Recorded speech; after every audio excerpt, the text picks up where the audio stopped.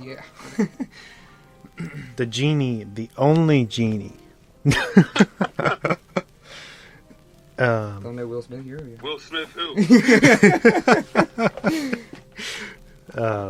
But yeah, and then that'll move us into our Rex, and we will jump back to our man James. What do you have for us this week? What have you watched since you've been gone? Yeah, not too much new stuff, except for that little movie that we talked about briefly. I know it's probably your rec as well, but the Suicide Squad.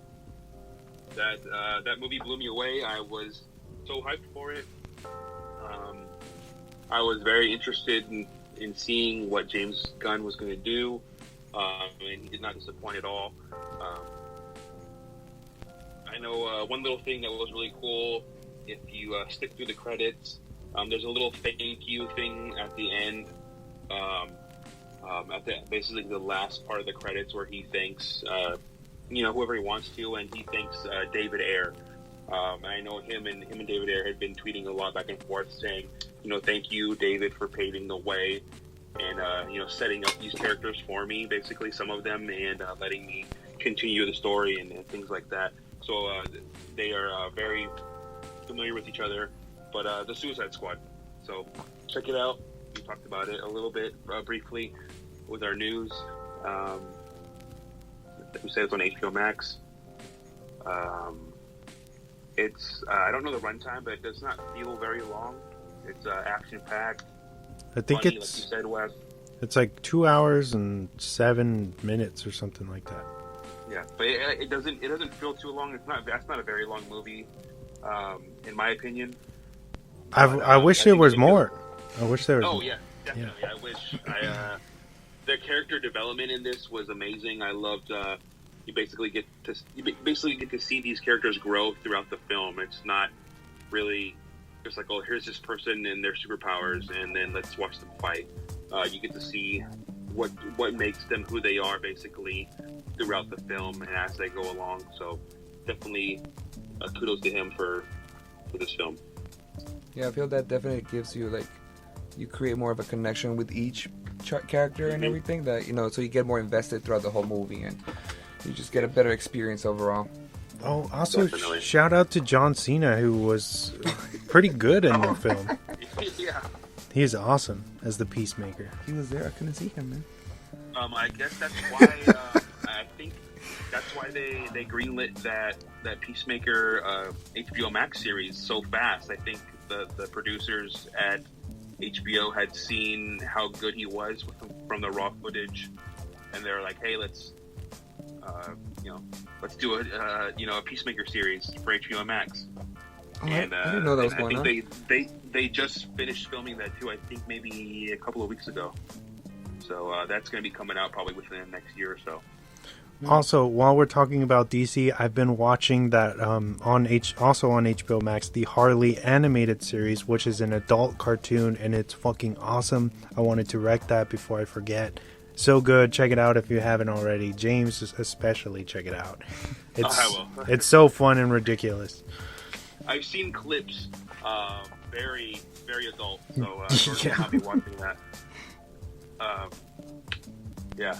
But yeah, that's just my one rec. That's the only real new thing that I've seen in the last couple of weeks. So, the Suicide Squad. Very nice. So, Yael, is there anything you've watched lately that you want to give a shout out to? I actually do have. I don't know if you guys recommended this before. If you guys ever talked about this series before, or it's a movie. My bad. It's called The Platform. It's on Netflix. Netflix? Yeah, we did a show on it. Oh, you did? Yeah. Oh, okay. Well, yeah. Love the movie. I really like movies that are directed by people from Spain. I don't know, like their humor, and I don't know, the way they go into that whole dark, the culture. Yeah, it's just, I really, really, really enjoy it. So, it was pretty nice. So, if you haven't watched it, this is your second opportunity, because you guys already recommended it, or did a show on it, or show on it. So, yeah, it's great. I love that movie. Really, really good. How do you say it in Spanish again? La Plataforma. I thought it was something. El hoyo, a lo mejor. El hoyo. El hoyo, yeah. El hoyo. I was like, I don't know, the way they translate a lot of stuff is kind of, I don't know, sometimes not accurate, and there's like better ways to say it, but that movie's fucking nuts. But I guess the platform sounds better than the whole. Yeah. You know, has a better ring to it. But yeah. I just had one. It's also on HBO Max, because we're Max whores, I guess. Or something like that. And also in honor of Robin Williams, 1 Hour Photo. So, yeah. This film is haunting and visceral, with a powerful performance from the late Robin Williams taking on a serious and villainous character. This broke new ground for the actor and created a time capsule piece for which people used to develop their photos with complete strangers, essentially. Something that had really never been touched on before in such a way. It feels and moves like A24 in the early 2000s. So obviously before A24 was established.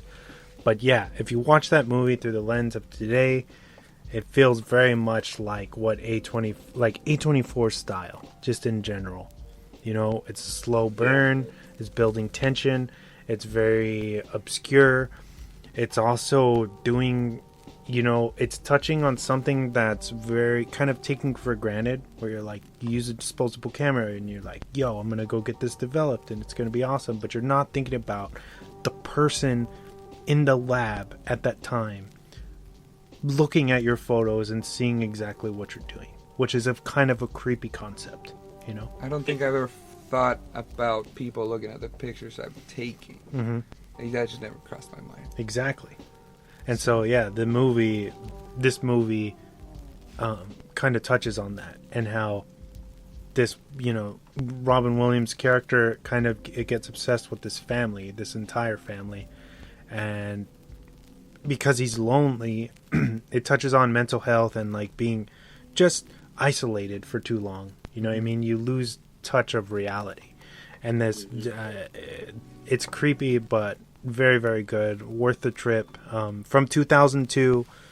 It's on HBO Max right now. Check it out if you haven't already. It's a staple for Robin Williams. I feel like it broke him into being taken seriously. Not that he wasn't taken seriously, but as like, I can be a bad guy too, you know what I mean? Especially because of his personality, and he was such a good comedian and everything, and just, you know, I think moving away from Mrs. Doubtfire and doing something like this it was incredible, you know what I mean? And it's a shame. I think it was in July. His birthday's in July, and I think he would have turned 70 this year.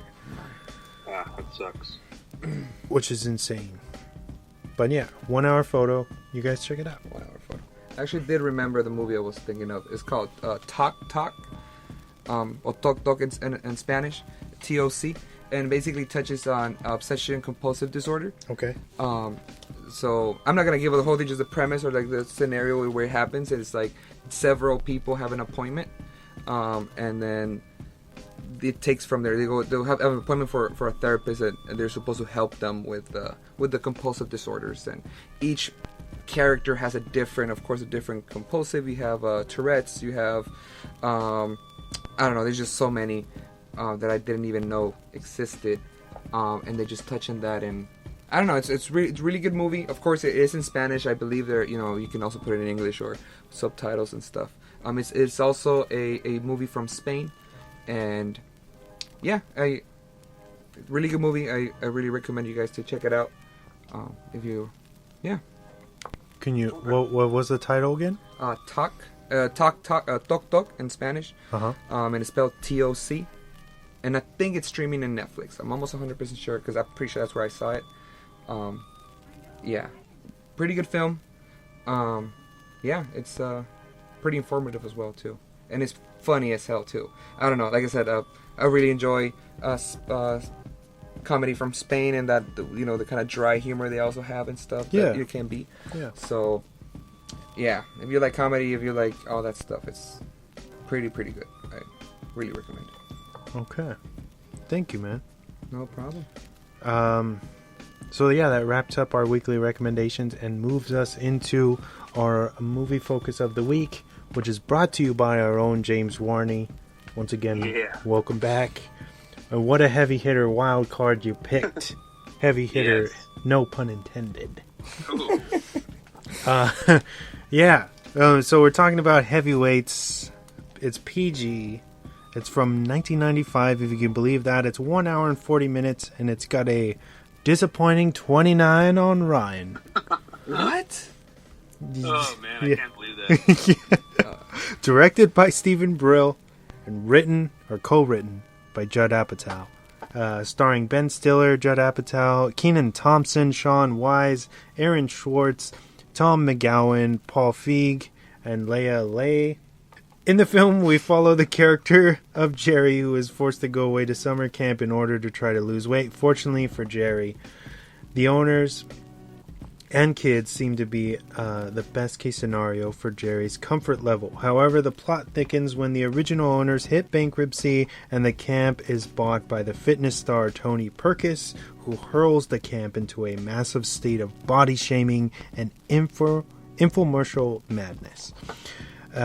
Writer-director Judd Apatow is something of a household name nowadays, with huge adult comedies under his belt, but once upon a time he co-wrote a little Disney film that seamlessly satirizes hyperactive workout culture while ultimately promoting body positivity. Unfortunately, the film was probably ahead of its time, as it was criticized upon its release for its dark humor. However, looking at the film through the lens of today, Heavyweights is great and offers fun for both families and adults alike, with standout comedic performances from the likes of Ben Stiller and a very young Kenan Thompson. All of the campers have a sense of realism, with the children not being your everyday cookie-cutter Disney archetypes.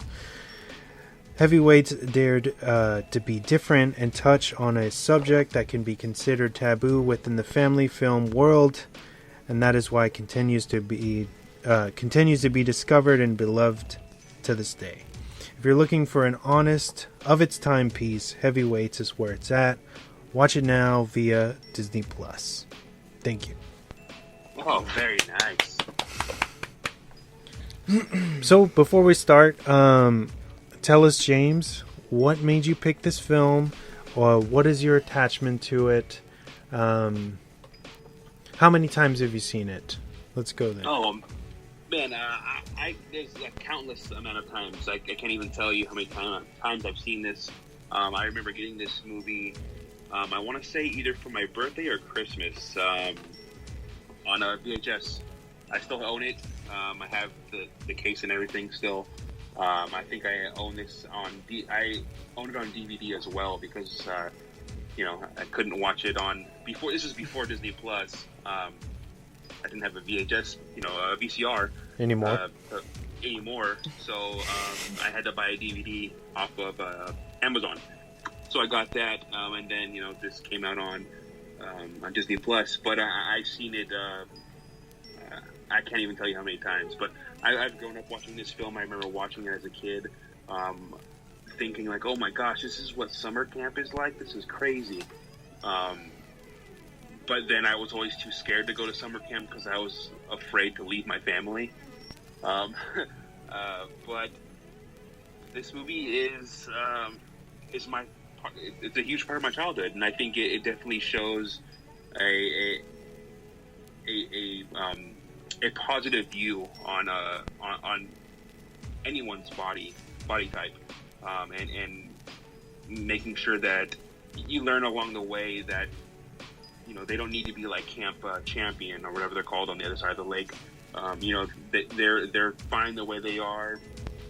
They don't need their what Pat calls them is those washboard abs and six pack.